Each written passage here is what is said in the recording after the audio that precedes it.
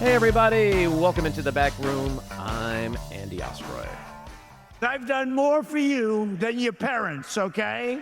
Your parents are good. I'm not going to knock your parents, but I have been better to you than your parents. That I can tell you, and they would agree with me. Wherever they may be, they would agree. Now eggs are much lower than they were when we first started, and that's true with everything else, and you'll see how true it's going to be after we get rid of the nuclear threat of Iran, which will be very quickly. But I had nothing to do with it. You know, they have this term. So here I am. I'm one day in office, and the fake news goes, affordability, affordability.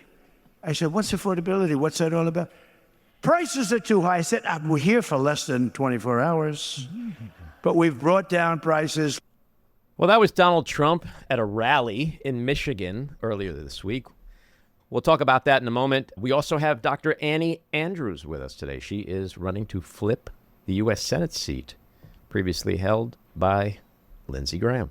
We'll chat with her in a little while. But first, thanks for tuning in. We appreciate you listening, and we'd love to hear your comments.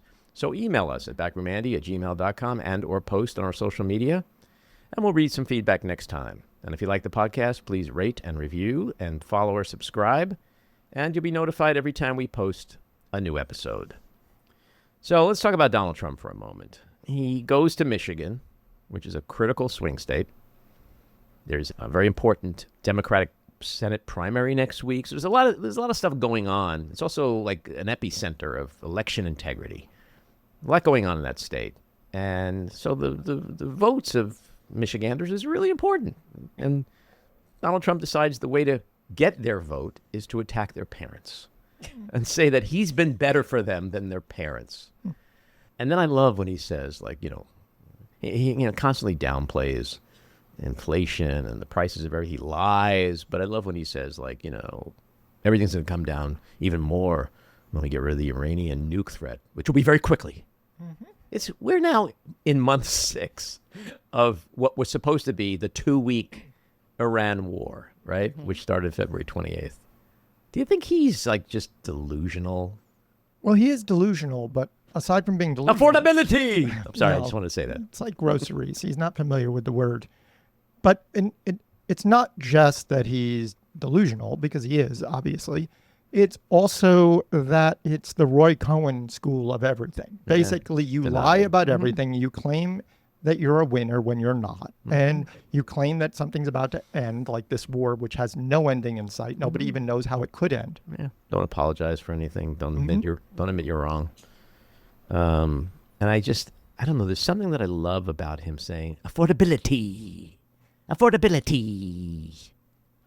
Mainly because it's stupid, but also like, just keep talking, dude. Keep talking. Yeah, he's so out of touch. The more you mock affordability, I can hear the Dominion voting machines counting the Democrat votes. Cheating, you're talking about. Dominion, what are you talking about? The thing that really makes me feel good is that the guy who formerly his political instincts were so on the money. Mm-hmm. It's like this term, his political instincts. Like if there was a book, 100 things Donald Trump should not do in term 2, he's just like going down the list, checking them all off. It's crazy. How do you go there and tell them everything's great? Affordability is a hoax. It's bullshit. It's Democrats. And then he goes, I said to them, I've only been here 24 hours. Well, no, Mr. President, you've now been here 18 months. And inflation, which was 3% on the day you took office, is now 3.5%. It is worse. Prices are higher. Your war in Iran, this war of Epstein distraction and ego, is killing Americans at the kitchen table. Epstein who? What? Mm-hmm. What are you talking about? And if it ain't broke, don't fix it. Don't bring up Epstein. Just Juan let Epstein it be. from Welcome Back, Kotter. Okay, so then we also had this Todd Blanche situation. It's like, I don't understand it. It's like, why does Trump give 2 shits about him being confirmed as permanent attorney general? He's upset with Senator Tom Tillis. He's upset with Senator John Cornyn, 2 outgoing senators who, like everybody else who's on their way out, decides to grow some balls. and go against Donald Trump. They're insisting on getting in writing what Blanche already said under oath to Congress, which is that the slush fund, the $1.8 billion slush fund, is dead. Already said it under oath, right? Mm-hmm. Put it in writing. What's the problem with putting it in writing? Also, the senators want to get rid of that IRS immunity deal, which basically says Donald Trump and his family will be immune for life from any kind of IRS investigation / audit.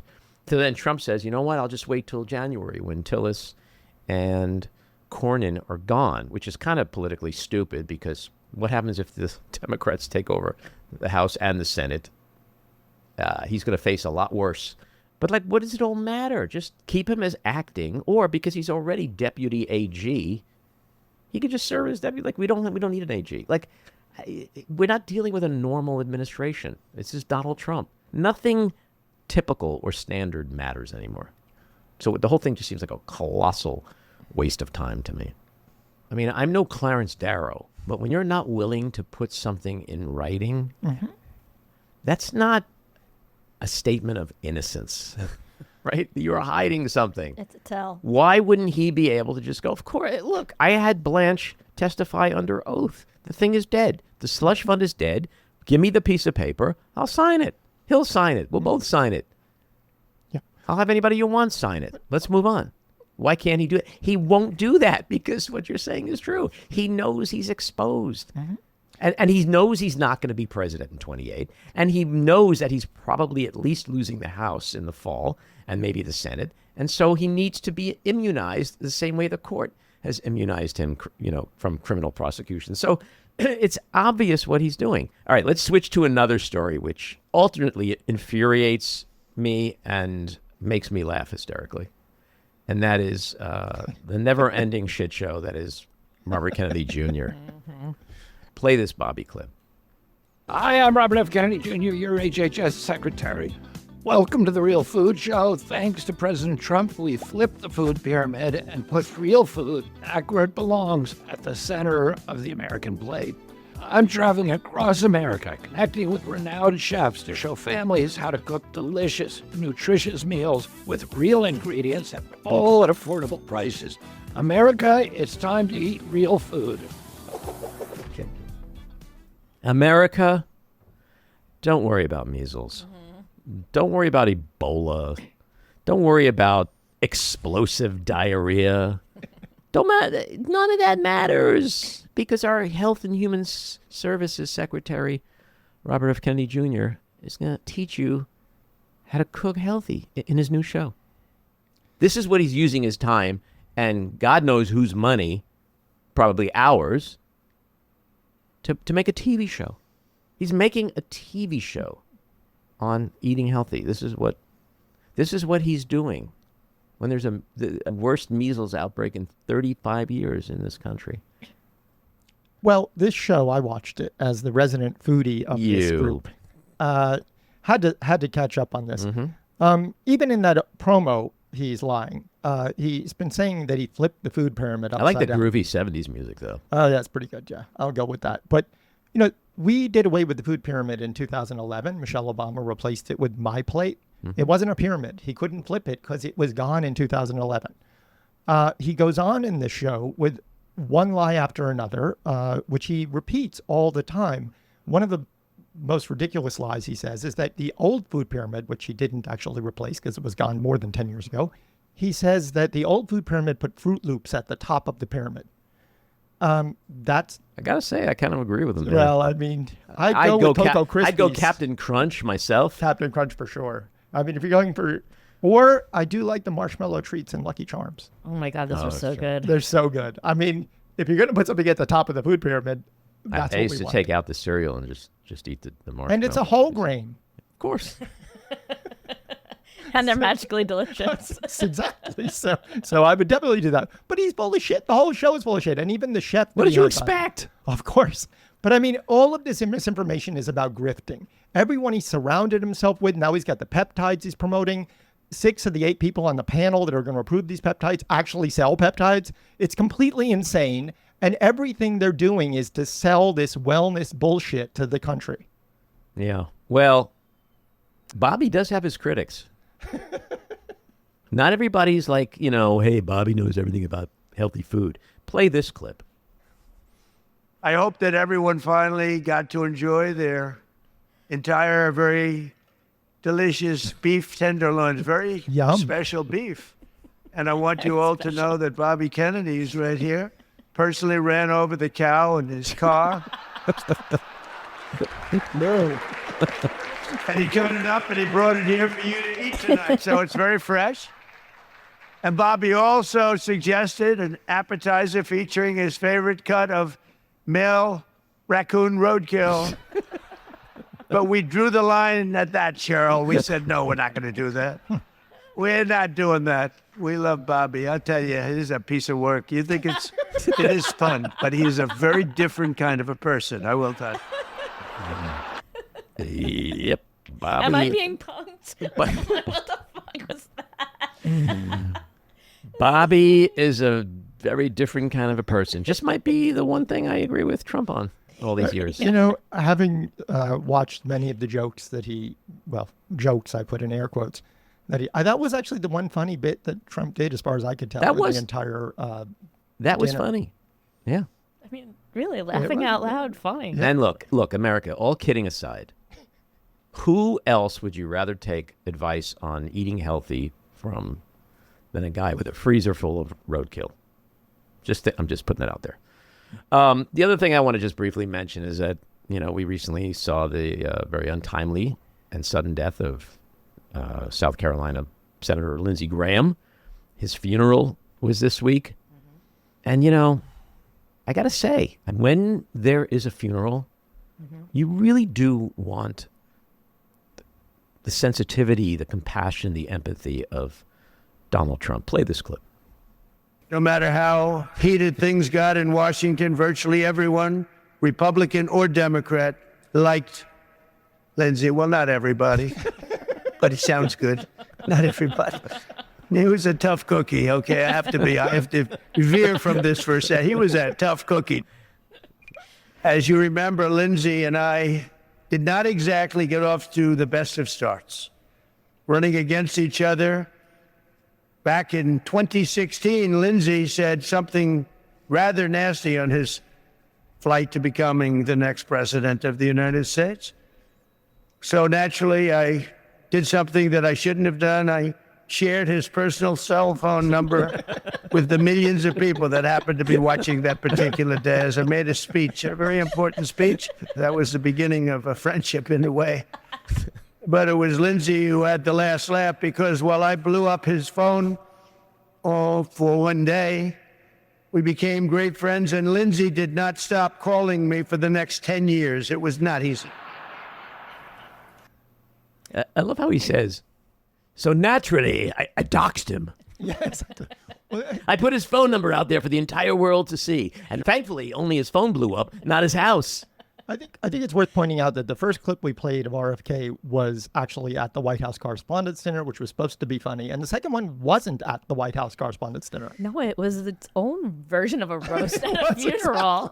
That's you could take a clip of, like we just played, of Donald Trump, and you can say to someone, for $1,000, was that a Comedy Central roast or a funeral? It's the new Billy on the Street show that they're going to show. I mean, this guy, it was a fucking funeral. Everybody loves Lindsey Graham. All right, not everybody. Here's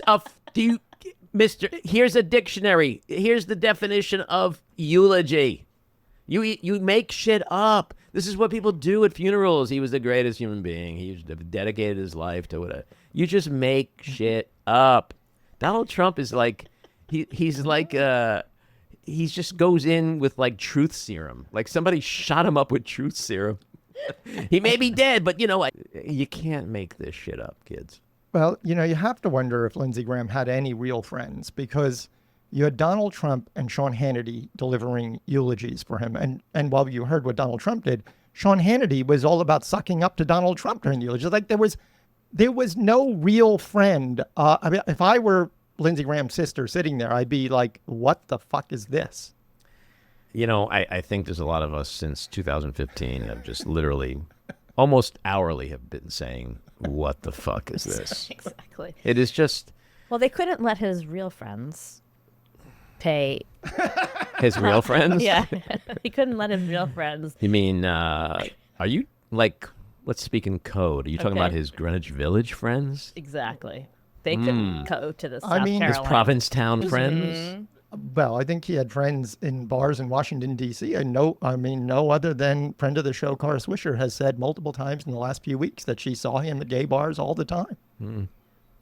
Do you mean his Fire Island, emphasis on fire friends? Meow. Oh, man.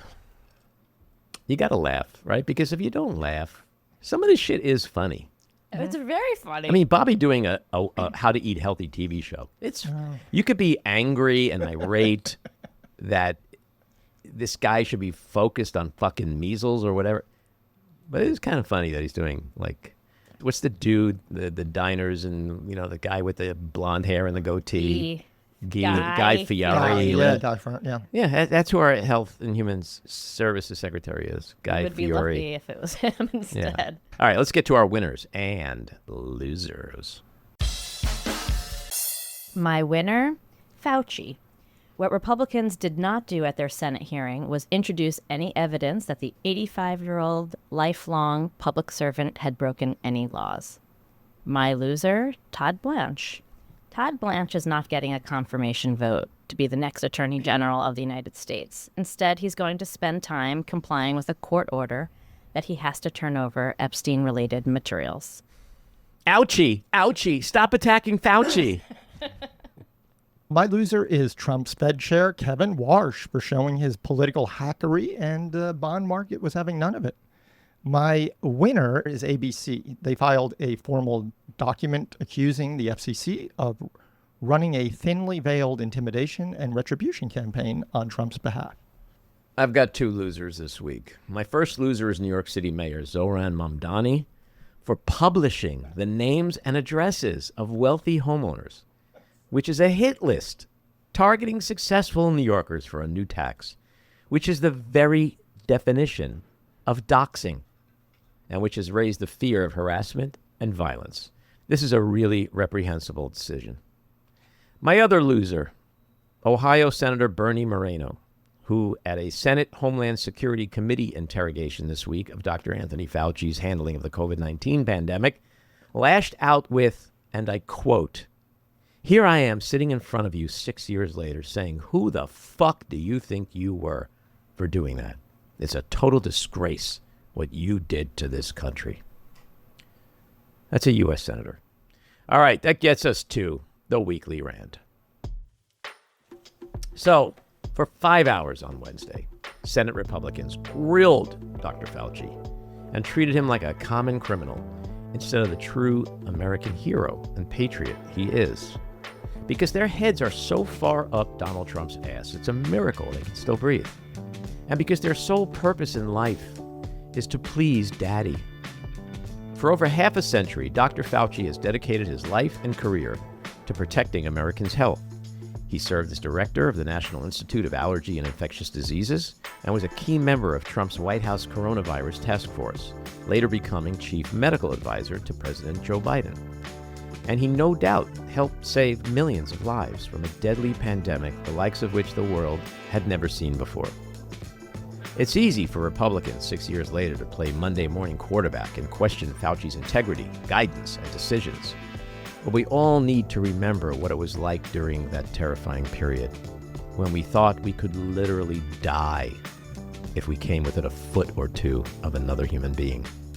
That's the landscape Dr. Fauci was operating in. So whether it was mask mandates, safe distancing, school closures, shutdowns, these drastic measures were implemented in a blind vacuum, in real time, solely with the intent of keeping people alive. How dare they attack Fauci and impugn his character and patriotism the way they have consistently done since COVID, and especially this week? Senator Rand Paul, who chairs the committee, should be ashamed of himself for the way he spoke to Fauci. Shame on all of them for this unconscionable witch hunt. Because while they're attacking Fauci, They're protecting men who fucked children. Men who trafficked in the sexual abuse, rape, and torture of underage girls and women. Men who still roam free and enjoy their lives, while these survivors' lives are burdened by unfathomable trauma. Maybe even one of them is sitting in the White House right now. He himself accused in the Epstein files by a woman who claims he raped her when she was 13 years old. But these congressional Republicans, they see no need to investigate any of that. There is no one to prosecute, they say. But Fauci, he's worth prosecuting. He belongs in jail, Senator Paul has said. Judging this week's hearing as nothing more than a perjury trap by Senator Paul, and much to the frustration of the committee's Republican members, Dr. Fauci chose to invoke his Fifth Amendment right 111 times. That enraged these hypocrites. Senator Josh Hawley later tweeted, quote, "No honest person pleads the Fifth." So I replied back to him, thanking him for finally admitting that Trump and his son Eric are not honest, because together they've taken the Fifth almost 1,000 times. Honestly, what kind of country has America turned into when those in leadership protect child rapists and crucify a career public servant who saved children's lives? Dr. Fauci didn't take the Fifth because he has something to hide. He did so because he's witnessing this president's weaponizing of government. He's seeing Trump's corrupt attorney general and his Justice Department prosecute opponents with manufactured, moronic, so-called evidence. He's watching these shameless supplicants prostrate themselves to satisfy the crippling insecurities of one deranged individual. He did so for the same reason Joe Biden preemptively pardoned his whole family. Because these are not normal times, and this is not a normal president, and we don't have a normal Department of Justice or a normal Attorney General. We have a mob led by a feared godfather with ruthless capos and made men who exist to serve the Don. Literally. All right, let's get to Dr. Annie Andrews. She's a pediatrician who in May of 2025 launched her campaign to flip the U.S. Senate seat in South Carolina held by the late Lindsey Graham. She won the Democratic nomination last month, and she's running to address the affordability pressures from healthcare and housing to the price of everyday necessities, including groceries and gas. She will likely face Graham's sister, Darlene Graham Nardone, in the November midterms, after she was appointed by Governor Henry McMaster to serve out the remainder of her brother's term. Annie, welcome into the back room. Thank you so much for having me. It's great to have you here. So you are running to flip the late Lindsey Graham's Senate seat. Why have you decided to run? And why do you think South Carolinians are ready for this kind of change right now?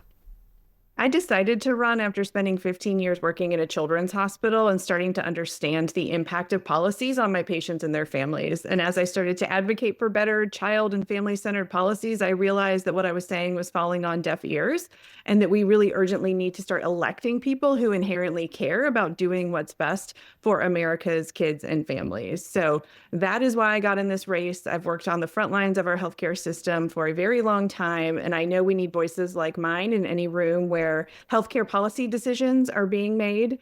I had the audacity to get in this race as a Democrat in a historically red state like South Carolina, because when I'm talking to my patients and their families and my neighbors, people are ready for a change. They recognize that Washington, D.C. is broken, that it's not meeting the needs of South Carolinians, and they're open to change that represents generational change in leadership, pragmatic problem-solving approach to leadership, and that's what I'm offering voters in South Carolina.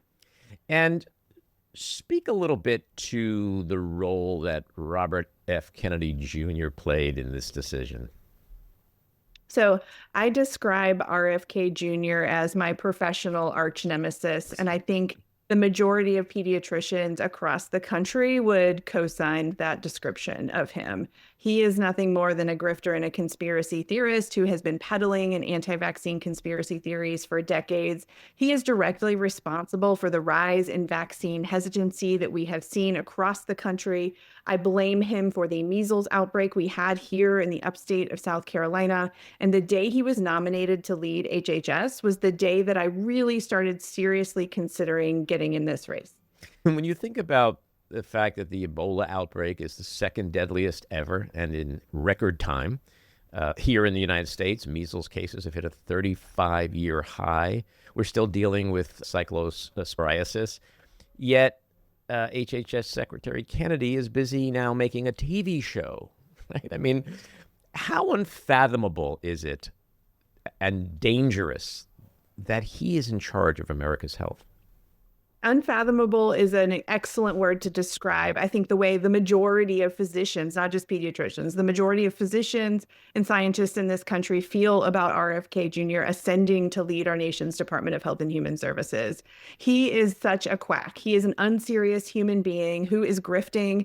In the fact that he is leading, our HHS department is doing untold damage to the public's trust in America's public health infrastructure, to our healthcare system as a whole. This is one of the most urgent reasons why Democrats need to win up and down the ballot in November so that we can end his reign at HHS. If he has 2 more years of unfettered access to leading our public health system in this country, who knows what outbreaks we're going to be talking about next. So as a pediatrician, you've spent your career caring for children and families.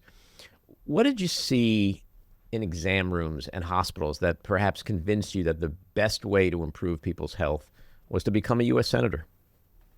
It's just these consistent themes that I would see from hospital room to hospital room, regardless of the patient's age or the reason they were admitted to the hospital. The families facing the same struggles. So families facing food insecurity, families whose children were being diagnosed with new chronic diseases like asthma and diabetes.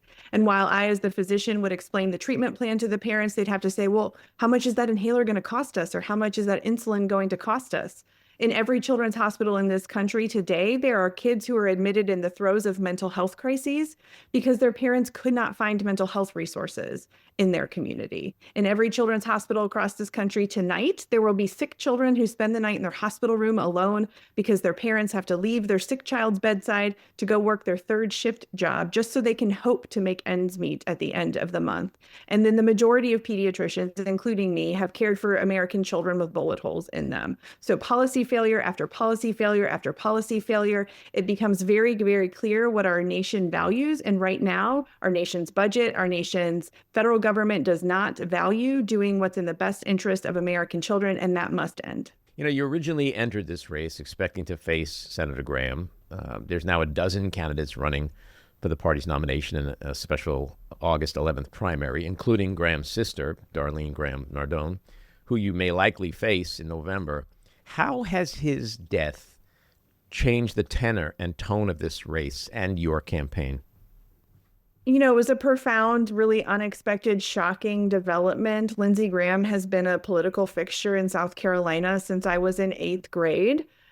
So it certainly sort of has upended the political environment here. But as far as how it has affected my campaign, it changed who I'm running against, but it didn't change who I'm running for. It didn't change my mission at all. The problems of South Carolinians did not change with Lindsey Graham's passing.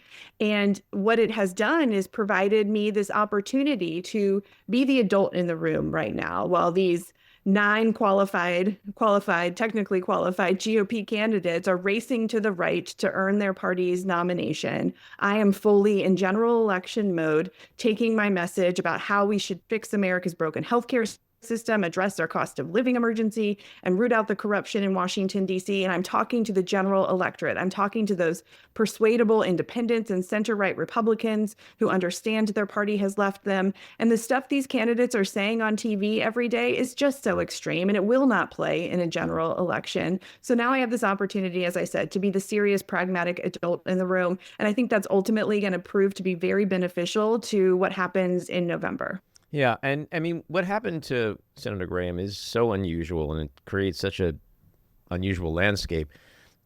After his passing, you expressed sympathy for his family while making clear, as you say, that your mission hasn't changed.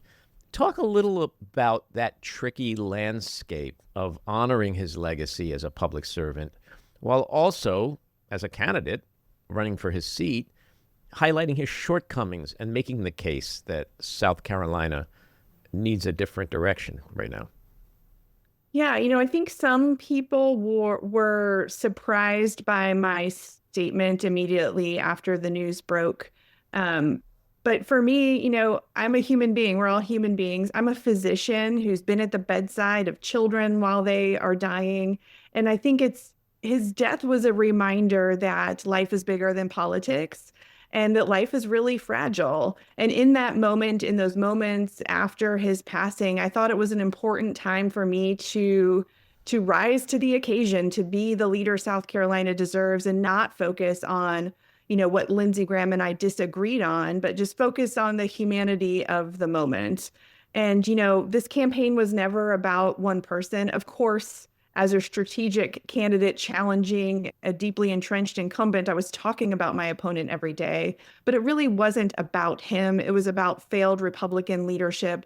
All of these potential candidates who are running in this August 11th primary have the same positions that Lindsey Graham had. They have the ones who are in Congress right now have the same voting record. They're up there with the job right now. They failed to get the job done to lower costs, to fix our healthcare system.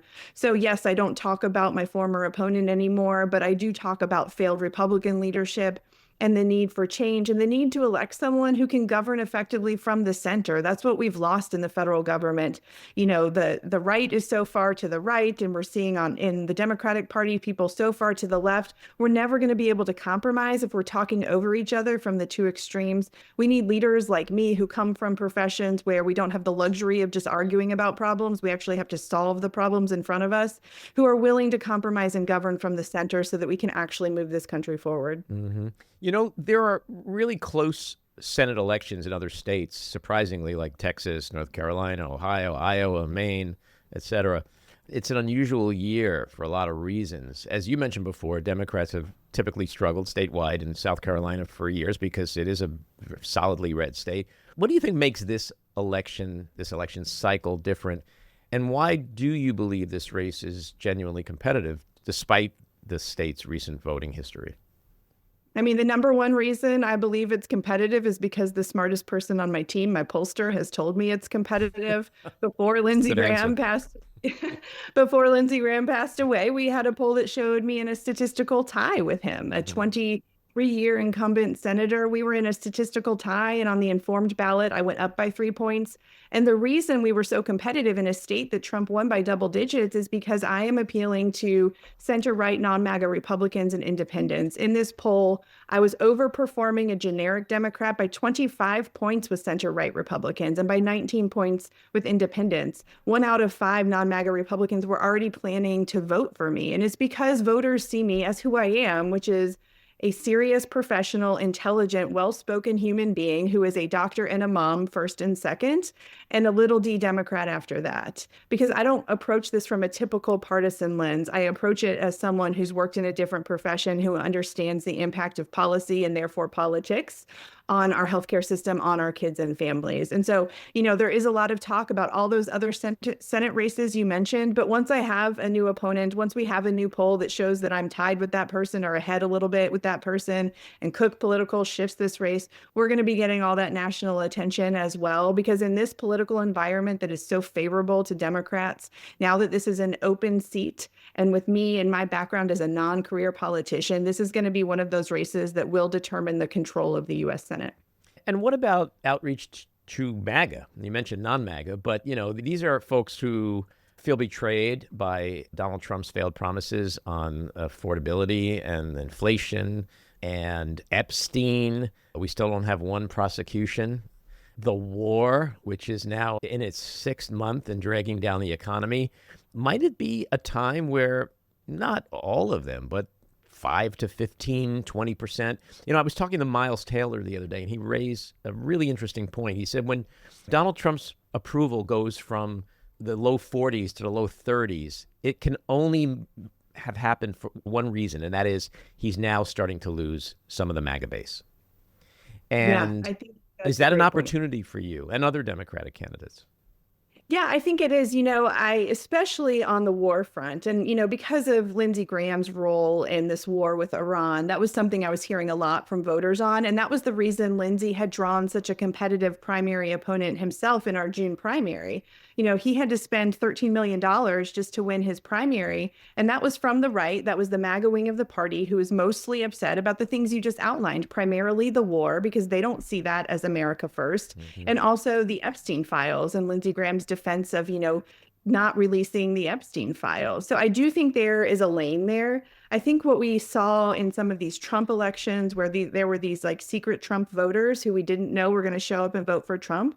I think across the country, but specifically in this race, there's probably going to be some secret Dr. Andrews voters who aren't out there saying, oh, we love Annie Andrews, we're going to vote for her, but they're going to show up and they're going to try something different.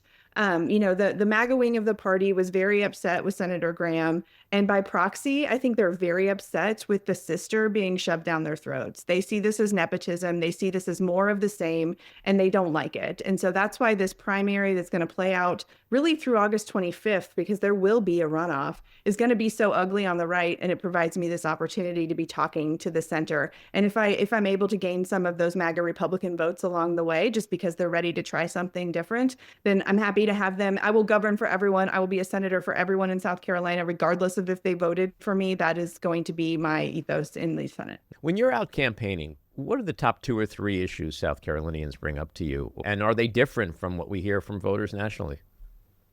I think it's more of what you hear, across the country. It's affordability and healthcare. It's, the families I cared for in the hospital who have for a long time struggled to put food on the table, gas in the tank, keep the lights on, pay for prescription drugs. They're getting squeezed even tighter now. And I'm hearing about that. And I'm hearing about our healthcare system. Down here in South Carolina, we never even bothered to expand Medicaid. We have 15 counties without an OBGYN, many counties without access to primary care doctors, pediatricians, mental health care providers. In Lee County, South Carolina, there's 2 EMS trucks for the entire county. And now we're on the precipice of these devastating Medicaid cuts that were championed by our congressional delegation from South Carolina, with the exception of Jim Clyburn, and signed into law by Donald Trump. And these Medicaid budget cuts will be devastating to healthcare here in South Carolina. And that's what I'm hearing from voters on. And interestingly, one of my biggest applause lines, no matter where I am, no matter if I'm in a suburban private home in, the Charleston suburbs, or if I'm in a big Black church in rural South Carolina, when I talk about impeaching and removing RFK Jr., people are excited because they see him for the fool that he is, and they understand he's responsible for this measles outbreak. And so, it's healthcare and affordability all day and all night. James Carville famously said it's the economy stupid. We also saw in 2024 how Biden and Kamala Harris really failed to connect on the economy and address the kitchen table concerns and challenges that voters had. That's, to me, the most important, perhaps even the only thing that Democrats should be running on for the most part, because so much falls under that umbrella. But there's also the issue of holding Trump accountable for his corruption and the old, protecting democracy issue, which is also extremely important because without democracy, we have nothing else, right? So how much is that playing into your campaign versus the economy and affordability? Yeah, I watched as the Harris campaign, their closing message. And obviously, I was super bought into we've got to defend our democracy. This is about freedom. And it didn't land. We lost. And so the lesson from that is if you can't afford groceries, you're not thinking about American democracy when you're laying your head on your bed at night. And if we do not address real kitchen table issues and offer real pragmatic solutions to voters, then why should we expect to earn their vote? A strategist friend of mine told me that you can't have a bad economy and be an a-hole and expect to win an election. And now we're in this situation where the economy is not doing well, and we have an administration that is deeply unpopular because of their governing approach.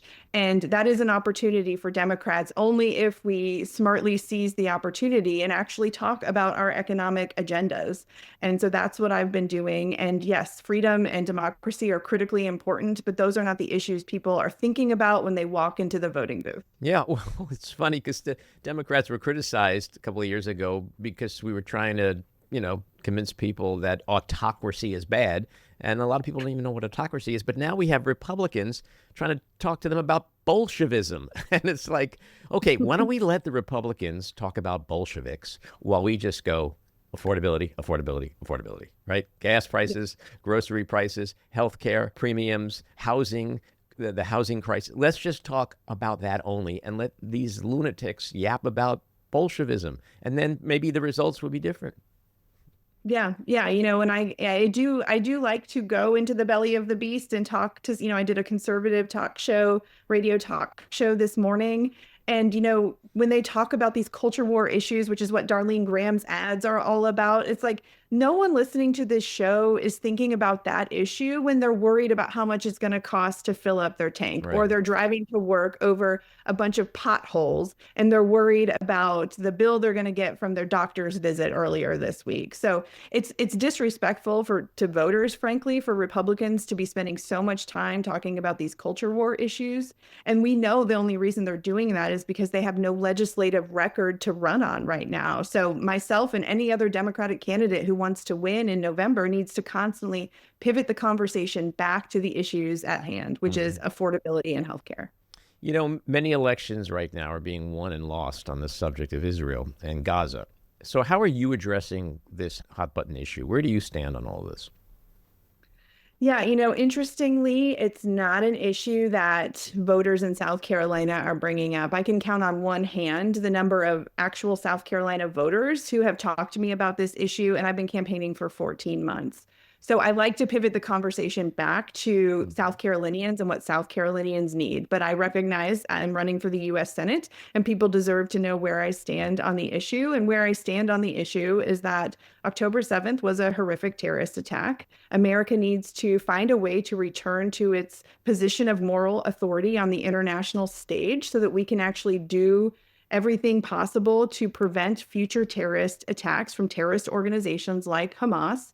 But also, I'm a mom and I'm a pediatrician, and the images coming out of Gaza are devastating to me, heartbreaking to me. It is a true humanitarian crisis, bombing schools and hospitals, children who are now amputees and orphans. It's horrific, and I am disturbed by America's role in this violent conflict.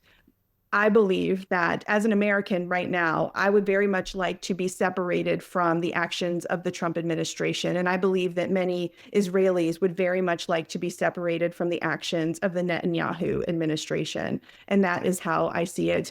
I believe in soft diplomacy. I believe in violence as the last answer. And again, we're never going to achieve peace in the Middle East, whether it's a 2-state solution or we're talking about a 23-state solution, until America is able to return to its position of moral authority, which will not happen with Donald Trump in the White House. Mm-hmm. So let's just jump back a second regarding healthcare. You speak about healthcare, vaccines, protecting children from preventable harm. Right now, we're experiencing this increasingly politicized atmosphere when it comes to healthcare. How concerned are you about the erosion of public trust in science? And how, as a U.S. Senator, would you work to rebuild it? I'm deeply concerned about the erosion of public trust in science. I was before I was a candidate for the U.S. Senate. It is one of the reasons I feel such a sense of urgency about running and winning. If we don't win in November and RFK Jr. is able to further degrade trust in our public health system for 2 more years, it's going to take us even more decades to recover from that. The answer, in my view, is to elect more scientists and physicians to positions of government at all levels. At the very least, more scientifically literate people to government at all levels.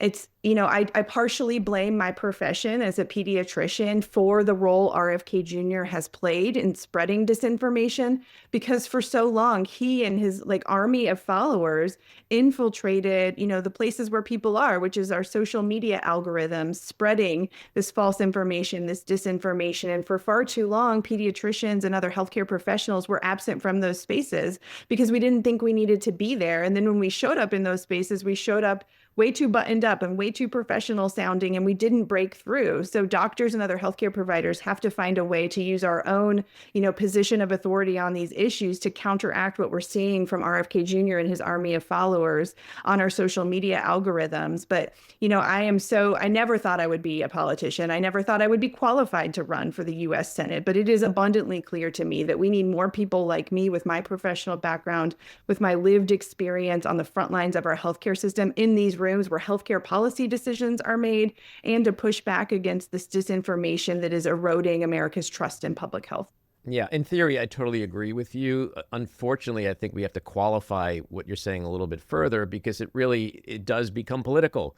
As Democrats, yes, I agree with you. But then you have somebody like Senator Bill Cassidy, a physician who cast the deciding vote to make Kennedy HHS secretary, somebody who probably knew better than anyone in those rooms, why he was unqualified and incompetent to serve.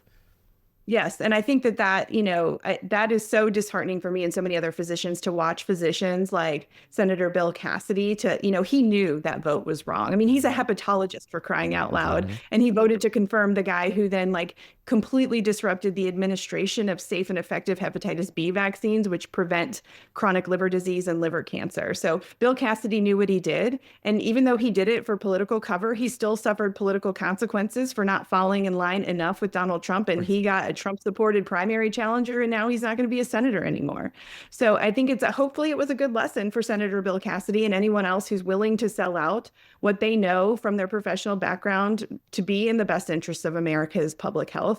And, what I remember that day, and I quote tweeted something that Bill Cassidy said, and I said, I hope you never sleep well again, because it was just a deafening blow for me and so many other physicians to watch him fold in the face of this administration and abandon his scientific principles. Yeah, I speak to so many Republicans and former Republicans on this podcast, and they all say the same thing, is that guys like Cassidy, they just all think they're going to be the one that gets Trump's love. It'll be different for them. And that's why they just line up one by one to keep prostrating themselves to get Daddy's love. And in the end, Daddy just, kicks him out the door. It never fails. Yeah. It's really fascinating. And speaking of the politicization of science, what are your thoughts on this week's attacks on Dr. Anthony Fauci by Senate Republicans during this hearing? I mean, we're going to relitigate the Trump administration's response to the COVID-19 pandemic.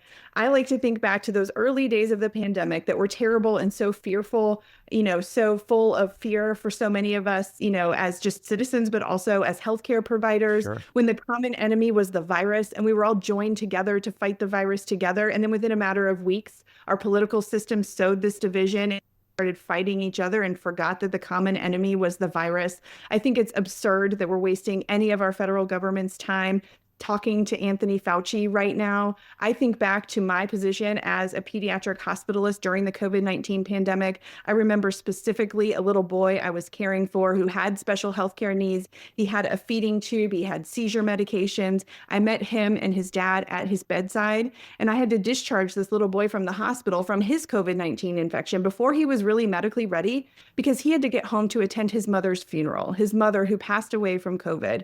And now this single dad with this child with special healthcare needs. I will never forget that conversation that I had with the little boy and his dad in the wake of this enormous tragedy. So to me, looking backwards on the COVID-19 pandemic, it was a humanitarian crisis and a disaster, and so many Americans lost their lives. And I'm just so deeply saddened by the way that our political system used it as an opportunity to further divide us. Yeah. Well, I had a suggestion yesterday for the Republican Party. Their new slogan should be "Protect pedophiles, prosecute Fauci." Because when you just think of it in those simple terms, it is unconscionable what they've been doing. And absolutely. My last question, what do you say to a voter who really admired Senator Lindsey Graham, but has grown disheartened and feeling betrayed by Donald Trump and the Republican Party, which has complicitly enabled him? What do you say to them when just generationally voting for a Democrat is just such a foreign thing for them? Yeah, when I talk to voters who feel that way about Senator Graham, usually they reflect on the early parts of his career when he was palling around with John McCain.